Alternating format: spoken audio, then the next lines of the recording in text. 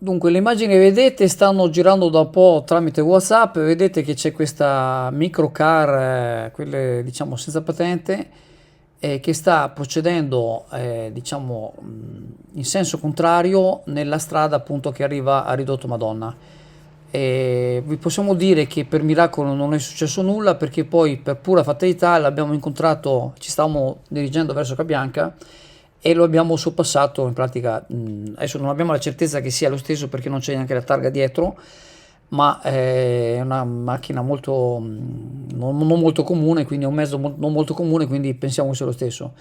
E potete vedere qua dall'immagine che praticamente si è fermato poi un ragazzo in moto, come potete vedere, e gli ha detto guarda che sei contromano, adesso non sappiamo come è andata a finire, ma probabilmente avrà capito.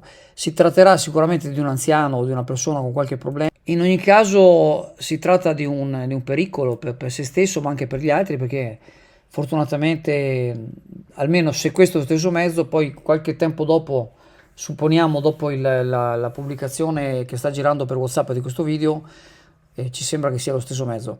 Quindi se sta tornando verso casa probabilmente non è successo nulla. Chi lo conosce, i familiari, avvisino perché insomma evidentemente non è una persona in grado di andare per strada, perché è andata molto bene, poteva succedere anche un incidente grave, qualcuno poteva anche morire. Purtroppo quando si ha una certa età bisognerebbe insomma comprendere quando si è ancora in grado di muoversi con certe situazioni o meno, con tutto il rispetto delle persone anziane ovviamente, ci mancherebbe altro.